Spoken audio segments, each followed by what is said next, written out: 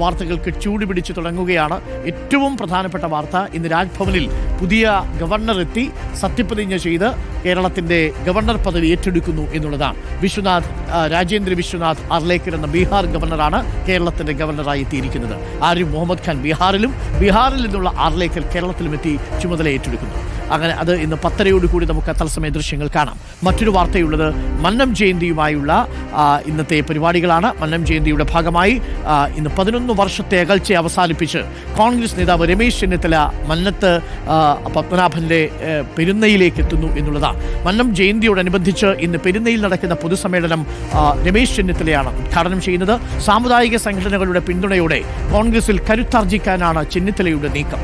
NSS, SNDP, സമസ്ത തുടങ്ങി സമുദായ സംഘടനകളുടെ പിന്തുണയോടെ മുൻ പ്രതിപക്ഷ നേതാവ് കോൺഗ്രസിന്റെ താക്കോൽ സ്ഥാനത്തേക്ക് എത്തുമോ എന്നാണ് രാഷ്ട്രീയ കേരളം ഉറ്റുനോക്കുന്നത്. ആ വാക്ക് വലിയ പ്രശ്നമുള്ളൊരു വാക്കാണ്. താക്കോൽ സ്ഥാനം എന്നുള്ളൊരൊറ്റ വാക്കാണ് യഥാർത്ഥത്തിൽ രമേശ് ചെന്നിത്തലയെ NSSുമായിട്ട് അകറ്റിയത്. രമേശിന് താല്പര്യമുണ്ടായിരുന്നുവെങ്കിലും തൻ്റെ ഒരു കോൺഗ്രസ് സെക്യുലർ ജീവിതത്തിൽ ആ പദപ്രയോഗം വലിയ ആഘാതമുണ്ടാക്കുമെന്ന് തിരിച്ചറിഞ്ഞ രമേശ് ചെന്നിത്തല അതിനോട് വിയോജിക്കുകയാണുള്ളത്. വിനയപൂർവ്വം അദ്ദേഹം വിയോജിക്കുകയാണ് അന്നുണ്ടായത്. അതിനുശേഷം പിന്നീട് NSS ആസ്ഥാനത്തേക്ക് അദ്ദേഹത്തിന് ക്ഷണമുണ്ടായിരുന്നില്ല. എന്നാൽ ഇപ്പോൾ 11 വർഷത്തെ പിണക്കം അവസാനിപ്പിച്ച് NSS ആസ്ഥാനത്തേക്ക് രമേശ് ചെന്നിത്തല തിരികെ എത്തുകയാണ്. റോഷിപാൽ നമുക്കൊപ്പം ചേരും. Roshipal, very good morning. 11 വർഷത്തിന്റെ പിണക്കമാണ് ഇന്നിപ്പോൾ രമേശ് ചെന്നിത്തലയെ അവസാനിപ്പിക്കുന്നത്. രമേശ് ചെന്നിത്തല പറയുന്നത് തനിക്ക് പിണക്കമൊന്നും ഉണ്ടായിരുന്നില്ല എന്നാണ്. എന്തായാലും താക്കോൽ സ്ഥാനം എന്നുള്ള പ്രയോഗം രമേശ് ചെന്നിത്തലയെ NSS ആസ്ഥാനത്ത് നിന്ന് കുറേ കാലം അകറ്റി നിർത്തിയിരുന്നു. ഇപ്പോൾ തിരികെ വീണ്ടും അതേ NSS ആസ്ഥാനത്തേക്ക് അദ്ദേഹം ഉദ്ഘാടകനായി എത്തുന്നു എന്ന പ്രത്യേകതയുണ്ട്. SNDPയുടെ പരിപാടിയും അദ്ദേഹം ഉദ്ഘാടകനായിരുന്നു. സമസ്ത പരിപാടിയിൽ അദ്ദേഹം ഇനി മറ്റന്നാൾ പങ്കെടുക്കാൻ പോവുകയാണ്. രമേശ് ചെന്നിത്തല കരുത്താർജിക്കുന്നതിന് ലക്ഷണങ്ങളുണ്ട് എന്ന് പൊതുവേ രാഷ്ട്രീയ നിരീക്ഷണമുണ്ട്. സമുദായ സംഘടനകളുടെയും മുതിർന്ന നേതാക്കളുടെയും ഒക്കെ പിന്തുണ രമേശ് ചെന്നിത്തലയ്ക്ക് ഉണ്ട് താനും. എന്തായാലും ഇന്നത്തെ പ്രസംഗത്തെ എങ്ങനെയാണ് നമ്മൾ നോക്കിക്കാണുന്നത്? തീർച്ചയായിട്ടും അദ്ദേഹത്തിന്റെ പ്രസംഗം വലിയ രാഷ്ട്രീയ പ്രാധാന്യമുള്ളൊരു പ്രസംഗമായി മാറിക്കഴിഞ്ഞിരിക്കുന്നു അല്ലേ റോഷിപാൽ?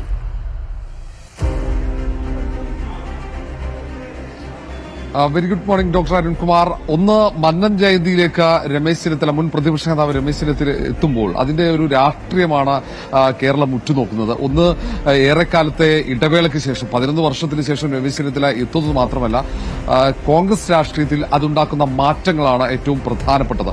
കാരണം കഴിഞ്ഞ തവണ കോൺഗ്രസിന് ഭരണം നഷ്ടപ്പെട്ടതിന് ശേഷം കോൺഗ്രസിന്റെ വിലയിരുത്തലിന്റെ അടിസ്ഥാനത്തിൽ സാമുദായിക സംഘടനകളൊക്കെ കോൺഗ്രസുമായി അകന്നു എന്നാണ്. അത് പ്രത്യേകിച്ച് മുസ്ലിം ലീഗിനെ അടക്കം അങ്ങനെ ഒരു അഭിപ്രായമുണ്ട്. ഇനി UDFന് തിരിച്ചു വരണമെങ്കിൽ സമുദായ സംഘടനകളുടെ പൂർണ്ണമായ പിന്തുണ ആവശ്യമാണ്. സമുദായ സംഘടനകൾ വിശ്വാസത്തിലെടുക്കുന്ന ഒരു നേതാവ് കോൺഗ്രസ് ഉണ്ടോ എന്ന ചോദ്യം ഉൾപ്പെടെ ഉയരുന്ന ഘട്ടത്തിലാണ് രമേശ് ചെന്നിത്തല NSSുമായി അടുക്കുന്നു, SNDPയുമായി അടുക്കുന്നു, സമസ്തയുടെ വേദിയിലെത്തുന്നു. അങ്ങനെ തുടങ്ങിയ പ്രധാനപ്പെട്ട സമുദായ സംഘടനകളുടെയൊക്കെ വേദിയിലേക്ക്, അല്ലെങ്കിൽ അവർക്ക് ഏറ്റവും പ്രിയപ്പെട്ട ഒരു കോൺഗ്രസിലെ നേതാവായി രമേശ് ചെന്നിത്തല മാറുന്നു എന്നുള്ളതാണ്. അതിൽ ഏറ്റവും പ്രധാനപ്പെട്ടത് NSS ആസ്ഥാനത്ത് ഇന്ന് നടക്കുന്ന മന്നം ജയന്തി ആഘോഷത്തിൽ അതിന്റെ ഉദ്ഘാടകനായി മുൻ പ്രതിപക്ഷ നേതാവ് രമേശ് ചെന്നിത്തല എത്തുന്നു. അത് കോൺഗ്രസിനെ സംബന്ധിച്ചിടത്തോളം, UDFനെ സംബന്ധിച്ചിടത്തോളം ആത്മവിശ്വാസം വർദ്ധിപ്പിക്കുന്നതാണ്. കാരണം തിരിച്ചുവരാൻ ഈ സമുദായ സംഘടനകൾ, എല്ലാ സമുദായ സംഘടനകളും UDFനിൽ പ്രതീക്ഷ അർപ്പിക്കുന്നതിന്റെ ഒരു ഉദാഹരണമാണ് രമേശ് ചെന്നിത്തല ഇന്ന് ഉദ്ഘാടകനായി എത്തുന്നത് എന്നാണ് പ്രധാനപ്പെട്ട നേതാക്കളൊക്കെ പറഞ്ഞത്.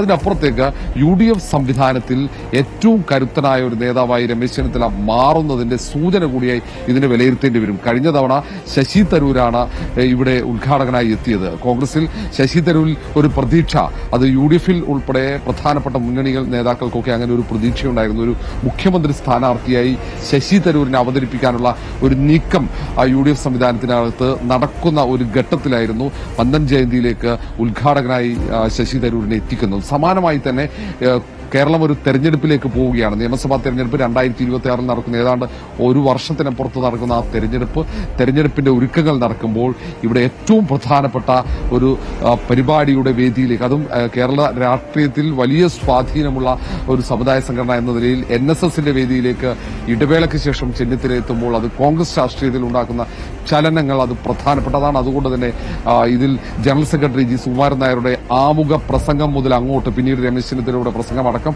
വളരെ പ്രധാനപ്പെട്ടതാണ്. എന്തൊക്കെ കാര്യങ്ങളാണ് ഇവിടെ സുകുമാരൻ നായർ പരാമർശിക്കുക എന്നത് വളരെ പ്രധാനപ്പെട്ടത്. ഒന്ന്, നേരത്തെ VD സതീശനടക്കമുള്ള ചില നേതാക്കളെങ്കിലും സമുദായ സംഘടനകൾക്കെതിരെ ശക്തമായ നിലപാട് കോൺഗ്രസിനകത്ത് എടുക്കുന്ന ഒരു സാഹചര്യം ഉണ്ടായിരുന്നു. അതുതന്നെയാണ് ജി സുകുമാരൻ നായർ അടക്കമുള്ള, അല്ലെങ്കിൽ മറ്റ് സമുദായ സംഘടനാ നേതാക്കൾക്കടക്കം പ്രതിപക്ഷ നേതാവുമായുള്ള ഒരു പിണക്കത്തിന് പ്രധാനപ്പെട്ട കാരണം. പക്ഷെ ആ നിലപാട് ഒന്ന് മയപ്പെടുത്തിയിട്ടുണ്ട് പ്രതിപക്ഷ നേതാവ് വി ഡി സതീശൻ. എങ്കിൽ പോലും അങ്ങനെ മയപ്പെടുത്തിയത് പൂർണ്ണമായും വിശ്വാസത്തിലെടുക്കാൻ NSSO അല്ലെങ്കിൽ മറ്റ് സമുദായ സംഘടനകളോ ഇതുവരെ തയ്യാറായിട്ടുമില്ല. ഏതായാലും ഇന്ന് ഏറ്റവും പ്രധാനമാകുക ജനറൽ സെക്രട്ടറി ജി സുകുമാരൻ നായരുടെ ആമുഖ പ്രസംഗമാണ്. അതിനൊപ്പം തന്നെ ആ വേദിയിൽ രമേശ് ചെന്നിത്തല നടത്തുന്ന പ്രസംഗവും പ്രധാനപ്പെട്ടതാകും. തീർച്ചയായിട്ടും റോഷിപാൽ, നമ്മളെല്ലാവരും കാത്തിരിക്കുന്ന ആ പ്രസംഗത്തിലാണ്. പ്രേക്ഷകർക്ക് അറിയാവുന്നതുപോലെ മന്നത്ത് പത്മനാഭൻ നായർ സർവീസ് സൊസൈറ്റി സ്ഥാപിക്കുമ്പോൾ ഒരുപാട് ഉദ്ദേശലക്ഷ്യങ്ങളുണ്ടായിരുന്നു. നായർ സമുദായത്തിനിടയിലും പൊതുവെ സമൂഹത്തിലുമൊക്കെ ഉണ്ടായിരുന്ന അനാചാരങ്ങൾക്കെതിരെ ശക്തമായ നിലപാടെടുത്ത ഒരു ആചാര്യനാണ് മന്നത്ത് പത്മനാഭൻ എന്ന കാര്യത്തിൽ ആർക്കും സംശയമുണ്ടാവില്ല. അദ്ദേഹം ഒരു അധ്യാപകനായി വിനീതമായിട്ടാണ് അദ്ദേഹത്തിൻ്റെ തുടക്കം.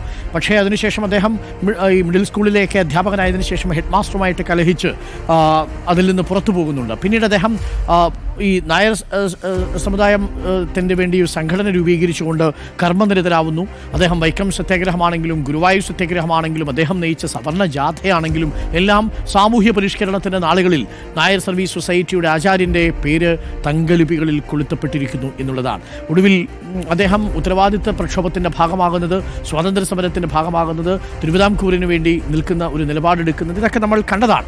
ഈ ഘട്ടത്തിലൊക്കെ അദ്ദേഹത്തിൻ്റെ നിലപാട്, അദ്ദേഹത്തെ തിരുവിതാംകൂർ ദേവസ്വം ബോർഡ് ആദ്യത്തെ പ്രസിഡൻ്റായിട്ടാണ് അദ്ദേഹത്തെ ക്ഷണിക്കുന്നത്. അതൊക്കെ അദ്ദേഹത്തിന് നിസ്തുലമായ സംഭാവനകളുണ്ട്. കർമ്മനിരതനായ ഒരു കർമ്മയോഗിയായിരുന്നു മന്നത്ത് പത്മനാഭൻ എന്ന കാര്യത്തിൽ സംശയമില്ല. അദ്ദേഹത്തിൻ്റെ വീട്ടിലേക്ക്, അതായത് അന്ന് ഈ ജാതി തീണ്ടലുകളും ഒക്കെ ഉണ്ടായിരിക്കുന്ന സമയത്ത് വീട്ടിലേക്ക് മറ്റ് ഇതര ജാതി വിഭാഗത്തിൽപ്പെട്ടവരെ കൊണ്ടുവരികയും അവരോടൊപ്പം ഇരുന്ന് ഭക്ഷണം കഴിക്കാനും ഒക്കെ താല്പര്യം കാണിച്ചയാളാണ് മന്നത്ത് പത്മനാഭൻ എന്നതും ശ്രദ്ധേയമാണ്. അപ്പോൾ തീർച്ചയായും സമൂഹത്തിന് ഉൾക്കാഴ്ചയുള്ള ഒരുപാട് ആചാര്യന്മാർ കേരളത്തിലുണ്ടായിരുന്നു.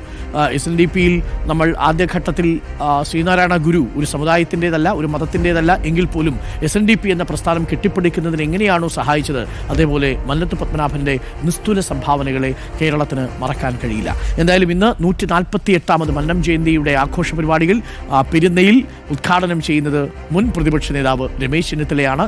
11 വർഷത്തിനു ശേഷം പെരുന്നയിലെ ആസ്ഥാനത്തേക്ക് ഔദ്യോഗികമായ ക്ഷണപ്രകാരം രമേശ് ചെന്നിത്തല എത്തുന്നു എന്ന പ്രത്യേകതയുണ്ട്.